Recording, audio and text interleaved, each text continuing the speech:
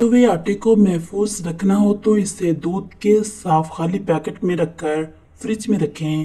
काफी देर तक ये आटा रोटियां बनाने के काम आ सकेगा। ऊनी कपड़े धोते वक्त एक चाय का चमचा ग्रेसलीन डालकर धोएं। कपड़े सिकुड़ेंगे नहीं और अपनी गिठन बरकरार रखेंगे।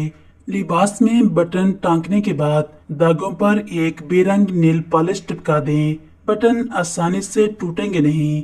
बच्चों के कपड़ों में इस अमल की ज्यादा जरूरत होती है। चावल और दाल अगर ज्यादा लेकर स्टॉक कर लिए जाएं तो कीड़ा लग जाता है। अगर 2 या 3 तेजपात डाल दें तो कीड़ा नहीं लगेगा। अक्सर कमीज धुलने के बाद उसका कॉलर पूरी तरह साफ नहीं होता।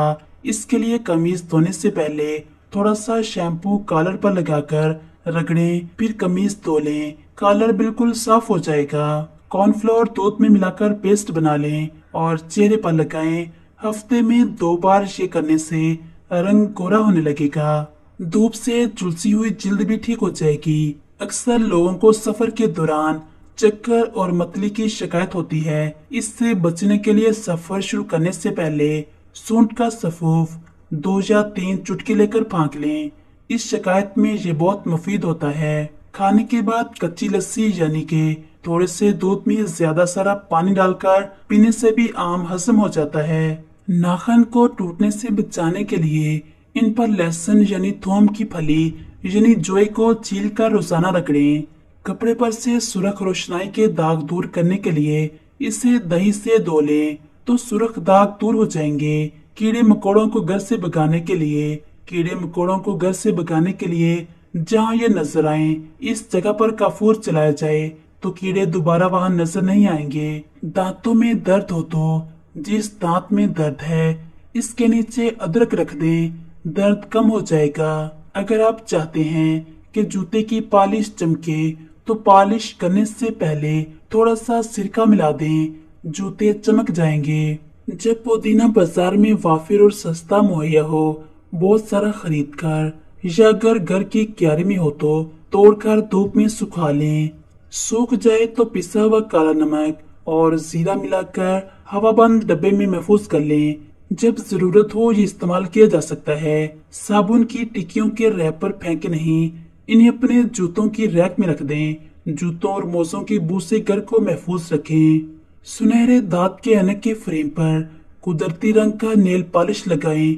इस तरह कभी कभी अमल करने से ऐनक का सुनहरी फ्रेम अरसे तक अपना सुनहरा रंग महफूज रखेगा। बावर्ची खाने या गुसल खाने के सिंक या वॉश बेसिन को चमकदार साफ करने के लिए इसे मुकम्मल तौर पर पेपर नैपकिन टिश्यू से ढक दें। इस पर कुछ बूंदे पानी डालकर 1 चमचा ब्लीचिंग पाउडर डालकर आधा घंटा छोड़ दें। इसके बाद इन्हें टिश्यू पेपर से वॉश बेसिन को रगड़ें। बेसन या सिंक चमक उठेगा। सर्दियों में अक्सर होंठ फट जाते हैं। ताज़ा कच्चा दूध होंठों पर रोजाना लगाने से आराम आ जाता है। सर्दियों में पाँव की एड़ियां फट जाएं तो ग्रेसलीन में देसी साबुन के टुकड़े डालकर फटी हुई जिल्द में भर दें। सूती जुराबें पहनकर रात को सो जाएं। अगले रोज पाँव धो लें। कई रोज रात को ये टोटका दोहराएं। फटी हुई एड़ियां बिल्कुल मुलायम हो जाएंगी। कहवा में लीमू निचोड़कर पीने से थकावट दूर हो जाती है। आंखों की हिफाजत, बाज़ौक़ात रात को देर तक जागने, गर्मियों में देर तक सोने या किसी भी वजह से आंखों के नीचे सूजन सी होने लगती है। इसके लिए सर के नीचे से तकिया निकाल दें और चाय का कहवा हल्का सा 1 प्याली ले लें और इसमें बर्फ की डलियां डालें। इस ठंडे कहवे में रुई भिगोकर हल्का सा निचोड़ें और आंखों पर रखकर लेट जाएं। पलकों को घना करने के लिए रात को सोने से कबल कैस्टर ऑयल रुई की मदद से लगाएं और महीने भर बाद फर्क देखें। बिस्किट खस्ता रखने के लिए बिस्किटों के डब्बे में अगर शुगर क्यूब रख दी जाए तो बिस्किट खस्ता रहते हैं। तमाम नमी शुगर क्यूब जज़ब कर लेती हैं।